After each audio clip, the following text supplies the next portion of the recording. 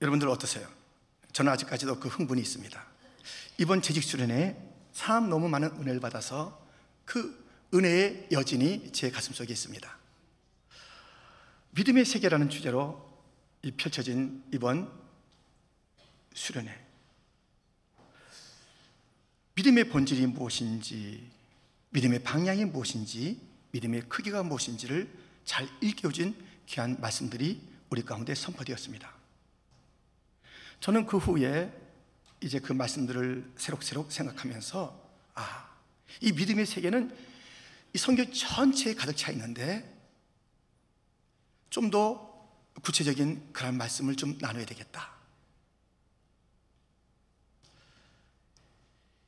히브리서 11장이 믿음의 장인데 이 말씀을 중심으로 강의하면서 10장 끝부분과 12장 그 앞부분을 함께 아울러 믿음의 세계를 좀 더 알아가는 가운데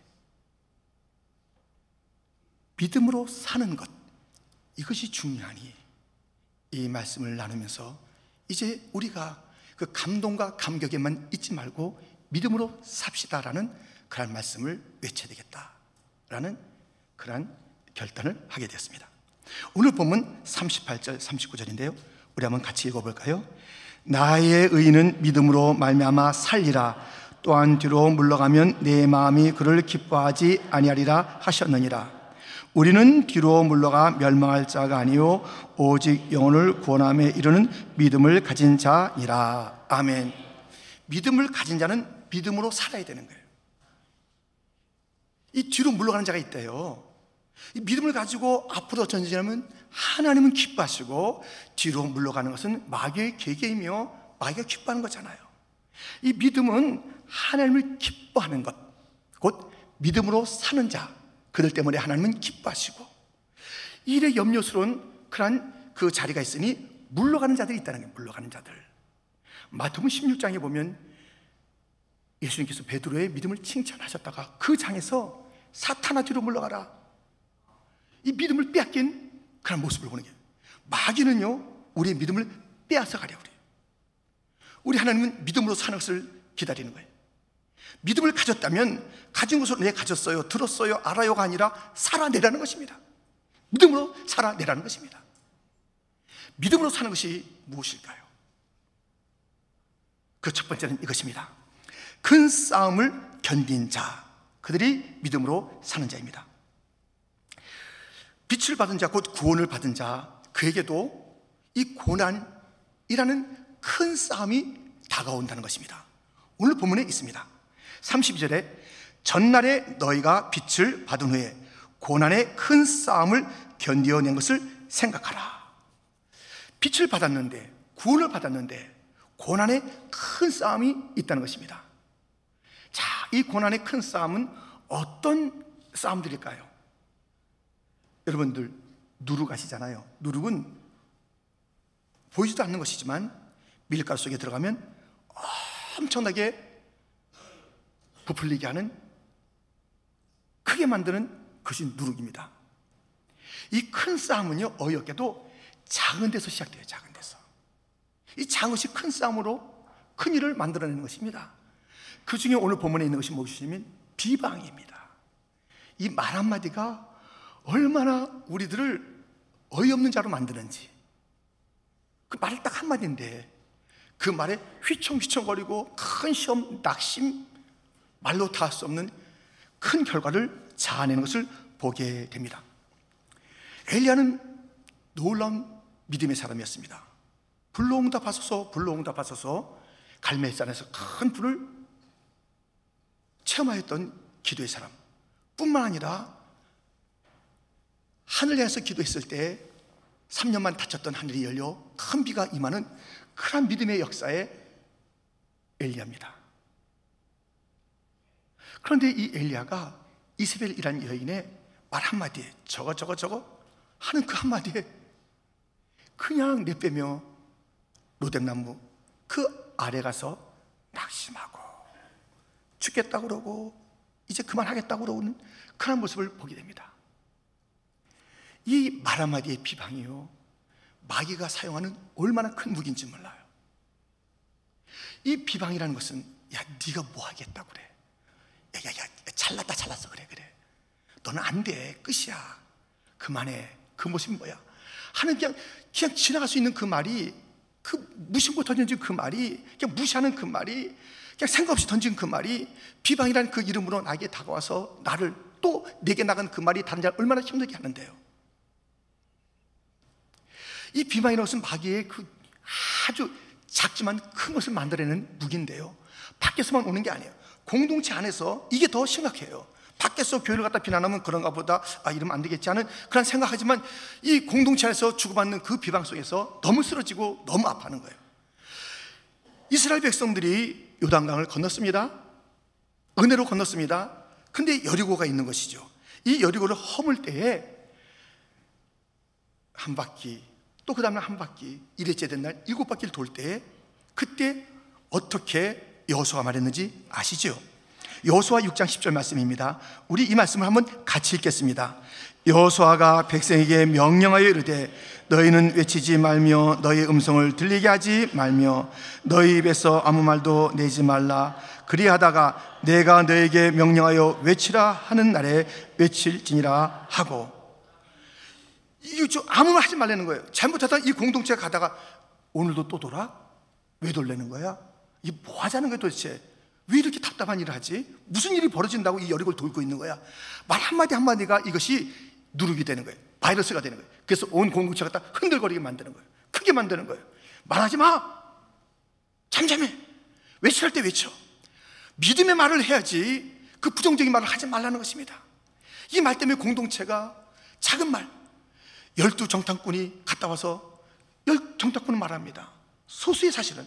그런데 안 돼, 우리 죽어, 큰일 나. 그 말이 점점점 퍼져서 60만 장정을 다 죽이는 거예요. 크게 되면 크게. 그러므로 우리는 이 비방이란 이 마귀의 이 방법을 우리가 거기에 놀아나서는 안 되는 거예요. 이것을 함부로 얘기했다가 우리 공동체에 어렵게 만드는 것입니다. 비방이란 것, 견딜 수 있을 것 같아요? 이 싸움에서 얘기해. 이 비방이라는 거기서부터 시작해서 와르르 무너지는 거예요. 저도 비방에 넘어지지 맙시다 막 이렇게 외치지만, 혹시 여러분들 이따 나가다가 저한테 누가 가까이 와서 목사님 오늘 설교 별로예요 이러면 그러십니까? 이렇게 하면서 힘들 거라고요. 말 한마디에 막 외쳤던 믿음의 역사는 어디 가는지 약해요 우리. 이 비방에서 이겨야 돼. 비방에서. 지금 이 비방뿐만 아니라 오늘 이 큰 싸움의 내용들은요, 환난도 있고 구경거리가 되는 게 있습니다. 히브리서 수신자들 또 초대교회 상황들은 이 구경거리라는 것은 저 원형 극장에 기독교인들을 넣어두고 굶주린 사자 또는 무서운 검투사를 넣어서 죽이는 그런 일들, 구경거리하면서 하하하 웃는 그 일들이 있어요. 그런 것이 있어요. 감옥에 갇히는 것도 있어요. 오늘 본문에 그리고 무엇인가 빼앗기는 것이 있어요. 근데 이것이 있을 때마다, 이런 일들이 있을 때마다 그것은 너의 일이야 이렇게 하지 말라는 것이에요. 이 고난이 있을 때 모두가 다 함께, 내가 지금 사자굴이 없어도 그 고난에 함께, 내가 빼앗겨도 그 누군가 나와 함께 그 너 서럽지 힘들지 않은 그런 이 공동체의 싸움으로 번지는 그 일들이 있다는 것입니다. 본문의 33절 34절에 보면 혹은 비방과 환난으로서 사람에게 구경거리가 되고 혹은 이런 형편에 있는 자들과 사귀는 자가 되었으니 너희가 갇힌 자를 동정하고 너희 소유를 빼앗기는 것도 기쁘게 당한 것은 더 낫고 영광 소유가 있는 줄 압니다. 이 점점점 큰 일들이 많이 있다. 큰 싸움이 큰 싸움. 사실은 작은 비난도 그것도 큰 싸움이 일으키는 것인데, 이런 큰 싸움을 견디고 이겨야 된다는 것입니다. 예수님과 그 제자들에게 이런 일이 있었습니다. 예수님이 제자들과 함께 저리로 가자 하면서 이제 항의하는 그 가운데 예수님은 주무시고 큰 풍랑, 광풍이라고 됐어요. 성경에는 광풍이 임했습니다. 그랬을 때 이 제자들의 반응은 죽게 됐다 난리가 난 거예요. 그러면서 예수님을 깨우면서 그들의 그 지금 이 당황스러운 모습을 갖다가 예수님에게 예수님 일어나세요, 이것 좀 보세요 하는 그 외침으로 예수님은 일어나셔서 그 모든 풍랑을 잠재우시면서 하신 말씀이 있다는 것 아시죠? 직접 보겠습니다. 누가복음 8장 22절. 하루는 제자들과 함께 배에 오르사 그들에게 이르시되 호수 저편으로 건너가자 하시매 이에 떠나 행선할 때에 예수께서 잠이 드셨더니 마침 광풍이 호수로 내리치매 배물이 가득하게 되어 위태한지라. 제자들이 나와 깨어 이르되 주여 주여 우리가 죽겠나이다 한데 예수께서 잠을 깨사 바람과 물결을 꾸짖으시니 이에 그쳐 잔잔하여 지더라. 25절 같이 있습니다. 제자들에게 이르시되 너의 믿음이 어디 있느냐 하시니 그들이 두려워하고 놀랍게 여기서 서로 말하되 그가 누구에게 바람과 물을 명함에 순종하는가 하더라. 너의 믿음이 어디에 있느냐. 주님이라서 모든 것을 잠잠케 하신 다음에 너의 믿음이 어디 있느냐. 너의 믿음의 현 주소가 어디야? 믿음이 도대체 어디 있는 거야? 무엇을 믿는 거야? 누구를 믿는 거야? 너의 믿음이 어디 있느냐? 주님이 책망한 듯 물으시는 것입니다. 이 제자들은 환경, 사람, 자기들의 경험, 이것을 막 뛰어넘는 그 일들이 많으니까는 거기에 막 흔들리는 것이에요. 예수님 같이 있는데도 그 예수님을 바라보며 담대하지 못한 것입니다. 너의 믿음이 어디 있느냐? 누구 믿는 거야? 사람 믿어? 권력자 믿어? 돈 많은 자 믿어? 너 경을 믿는 거야? 너의 믿음이 어디 있느냐? 주님은 이렇게 안타까워하시면서 책망하는 것입니다.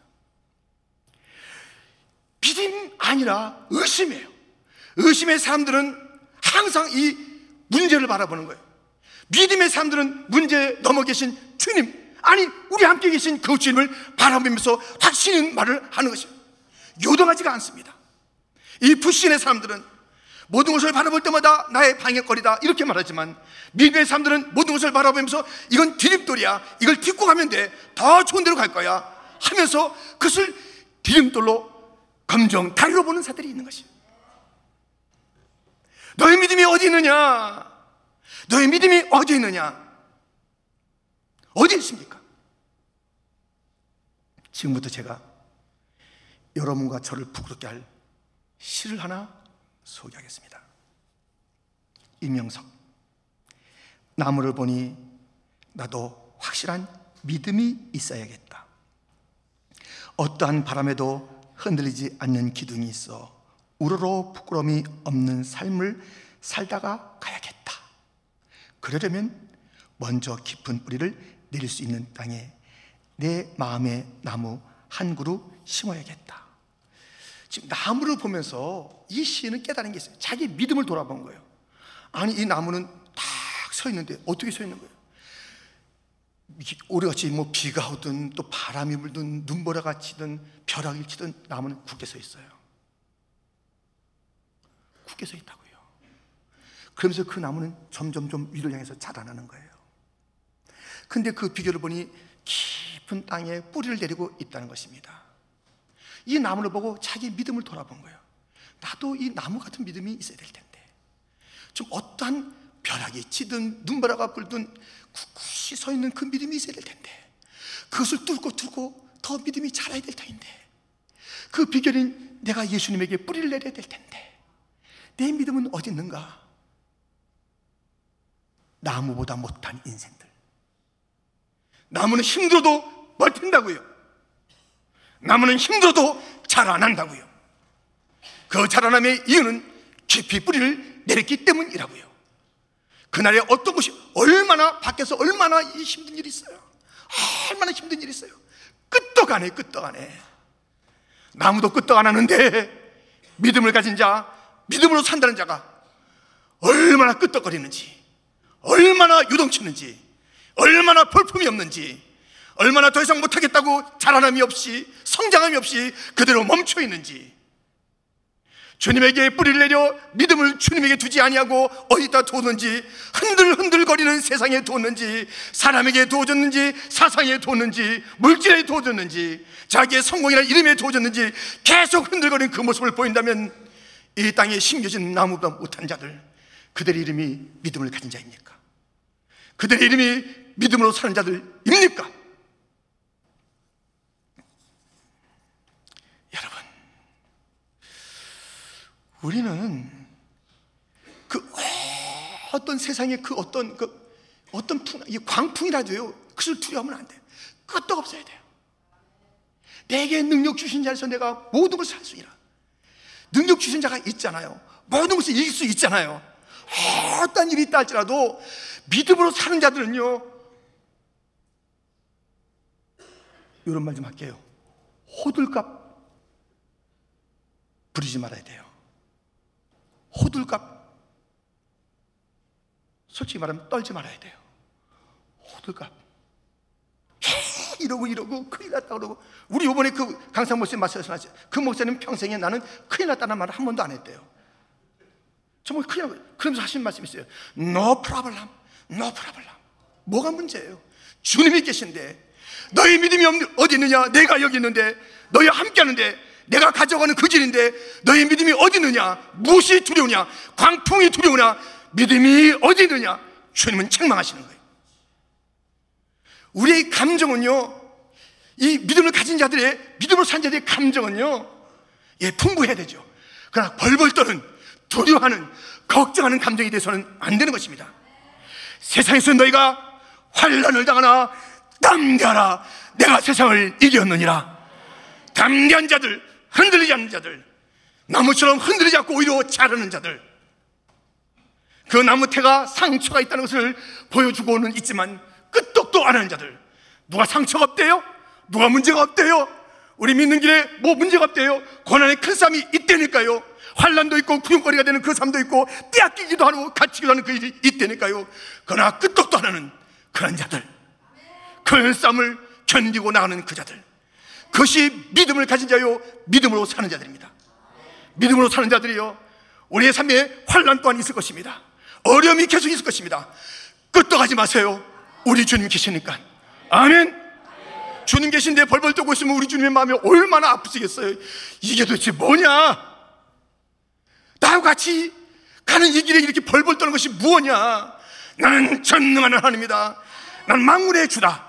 주님이 말씀하십니다. 여러분, 주님을 바라보시면서 담대한 자가 되기를 주님의 이름으로 축원드립니다. 이렇게 믿음을 가진 자, 곧 믿음으로 사는 자는 큰 싸움을 견디어 이기는 자입니다. 두 번째, 큰 상을 얻는 자가 바로 믿음 가진 자, 믿음으로 사는 자입니다. 지난 1월 6일입니다. 골든 글로브 시상식이 있었습니다.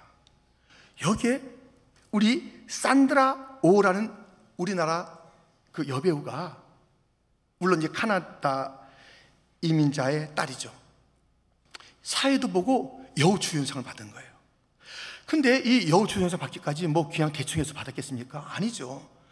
이민자의 딸로서 얼마나 힘들었겠습니까?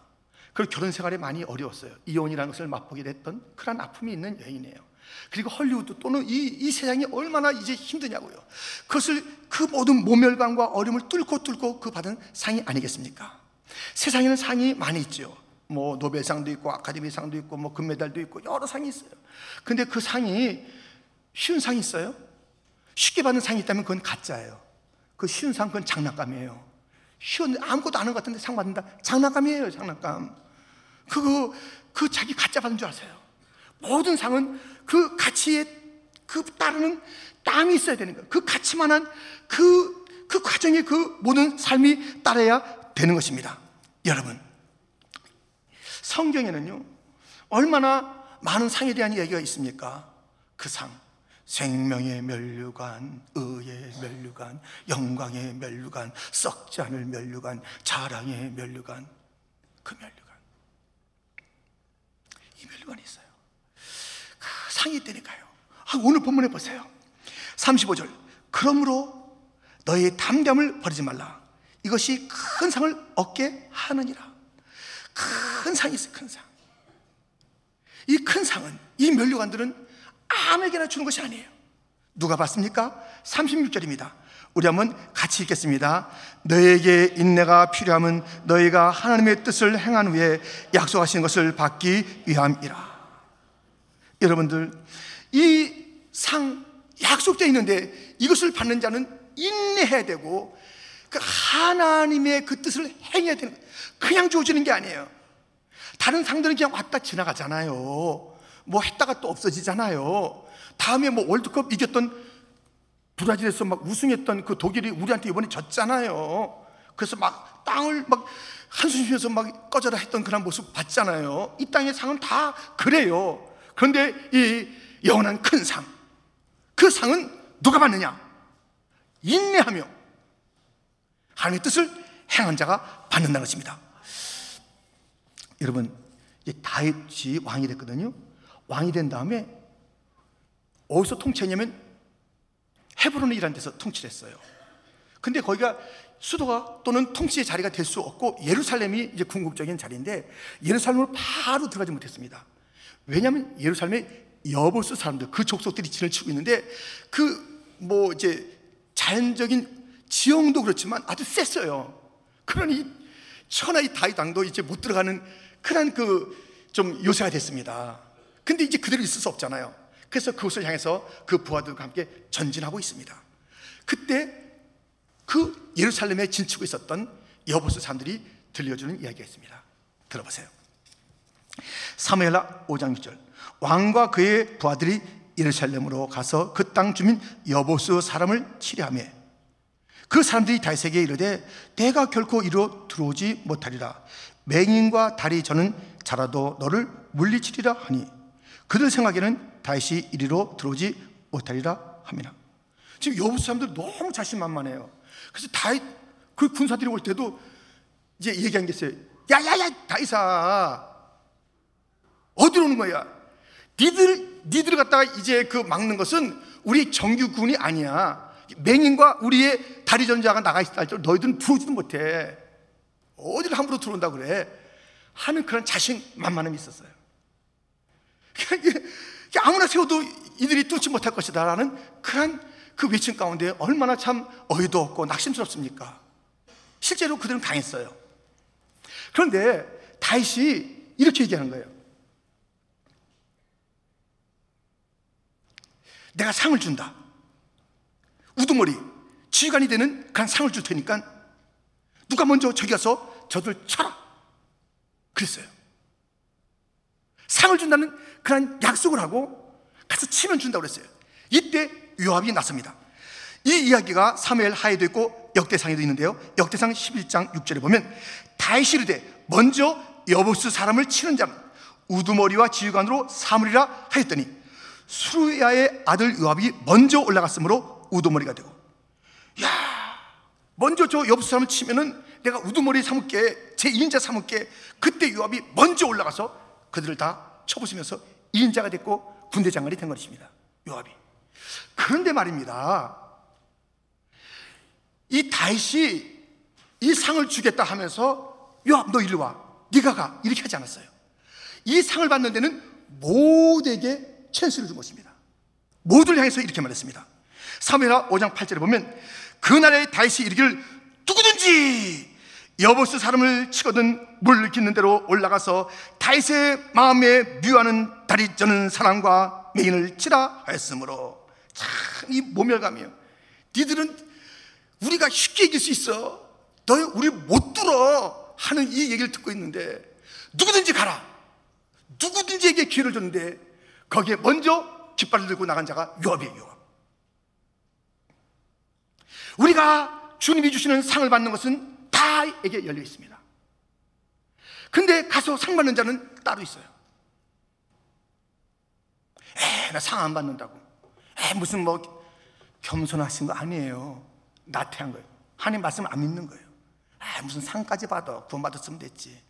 큰 상이 있고 면류관 벗어 드린다고 그랬잖아요. 벗어 드린 면류관이 있어야 될 거 아니에요? 아무것도 없어요. 저는 이 상 받는 것에 대해서, 천국에 올라가서 상 받는 것에 대해서 너무 이 전투적인 마음을 갖고 어렸을 때부터. 근데 요 얘기가 있어요. 그때 우리 주일학교 선생님이 하신 이야기인데 절반은 맞고 절반은 약간 좀 이상했던 말이 있어요. 무슨 말이냐면 니들 이렇게 살다가 천국 가서 개털모자 써 그래요. 개털모자라는 것은 천국에 없는데 개털모자 쓴다는 거예요. 면류관 받아야지, 그건 맞는 말이에요. 개털모자 쓰지 말아야지, 그건 좀 아쉬운 말이에요. 부끄러운 구원을 그렇게 표현했어요. 전 개털모자 쓰기 싫어요. 부끄러운 구원 받기 싫어요. 상 받고 싶어요. 저는 어렸을 때부터 상 받아야지, 기왕 못 가는 거, 그런 마음이 있었어요. 말씀에.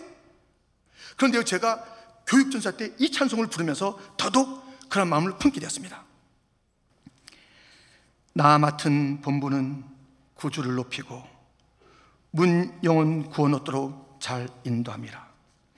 부르심 받들어 내 형제 섬기며 구주의 뜻을 따라서 내 정성 다하리.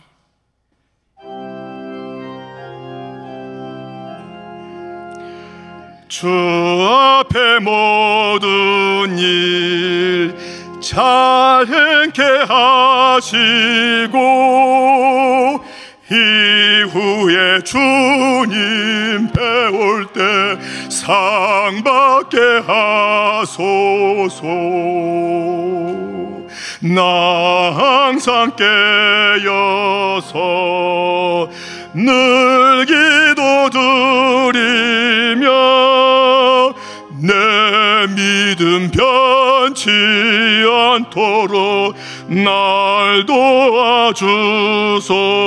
주 앞에 모든 일, 주 앞에 모든 일 잘 행케 하시고 이후에 주님 배울 때 상 받게 하소서.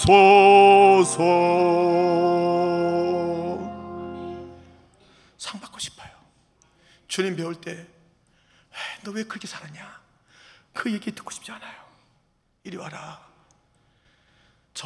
제가 섬겼던 교회가 상 받는 자리에 가고 싶어요. 서머나 교회가 그렇게 상 받았듯이 상 받고 싶어요.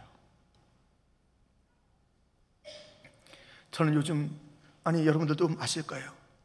한국에서 들려온 소식 중에 어떤 소식이냐면 어떤 체육하는 그런 자매들이 메달을 따겠다고 어렸을 때부터 수많은 폭행과 심지어 성폭행을 속에서도 상 받겠다는 그 일념으로 코치한테 맞으며 참고 살았던, 이건 잘못된 것이죠. 왜곡된 것이죠. 너무 슬픈 일이죠.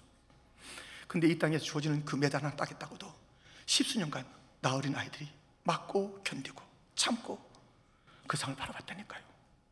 정말 잘못된 일이지만 그들이 이 땅에서 상 하나 위해서도 참고 견뎠던 세월이 있는데 우리 주님이 상 주신다고 그러는데 왜 못 참으세요? 왜 못 견디세요? 왜 뒤로 물러가세요? 왜 포기하세요? 여러분 상 받을 날이 길지 않아요. 멀지 않아요. 오늘 보면 37절에 잠시 잠깐 오면 오시리가 오시리니 지체하지 아니하시리라. 잠시, 이제 큰 고난은 잠시고요. 그 잠시가 끝나고 나면 우리 주님이 큰 상 주실 줄 믿습니다. 참읍시다. 인내합시다. 물러가지 맙시다. 끝까지 갑시다.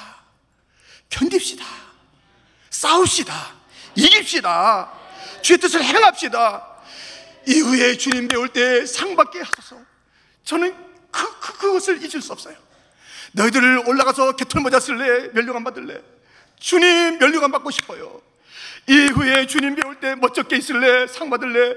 주님 이후에 주님 배울 때 이 땅에서 복음 잘 전하다가 이 땅에서 주님의 모임된 교를 잘 섬기다가 이 땅에서 부족하고 어리석은 그런 자이지만 어찌하든지 주님의 십자가 질 수 있나 물어보실 때마다 십자가 지겠다고 그렇게 내가 주님의 십자가 붙잡고 가다가 잠깐이면 끝날 그 시간이 끝나면 주님 상 주실 때에 이리 와서 상 받아라. 선한 싸움을 싸웠으니 너에게 의의 면류관 주리라. 너와 너의 교회 우리 이름들이 하나하나 불려지면서 상 받기를 사모합니다. 이후에 주님 배울 때 상 받게 하여 주옵소서. 이후에 주님 배울 때 상 받게 하소서. 게으르게 살지 마십시오. 나태하게 살지 마십시오. 타협하며 살지 마십시오. 뒤로 물러가지 마십시오. 주님이 기뻐하지 않는답니다. 상 받도록 분투하라. 싸워라. 그런 싸움을 이겨라. 잠시면 지나간다. 이겨라. 영원한 상이 기다리고 있다. 주님이 말씀하고 있습니다. 이 말씀을 좀 보실까요? No pain, no gain. No cross, no crown. 고난이 없으면 얻는 것도 없답니다.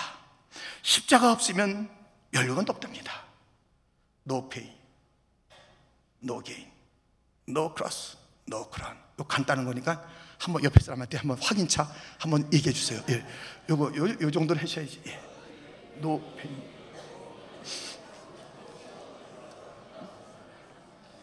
노페이 하는 사람 누굽니까? 노페이가 아닙니다. 노페이. 여러분, 주님 오세요. 상 가지고 오세요. 상 받는 교회 됩시다. 어려워도 이깁시다. 이길 수 있어요. 끄떡하지 말고 상 받기 위해서, 그것이 믿음으로 사는 자입니다. 하나님 아버지,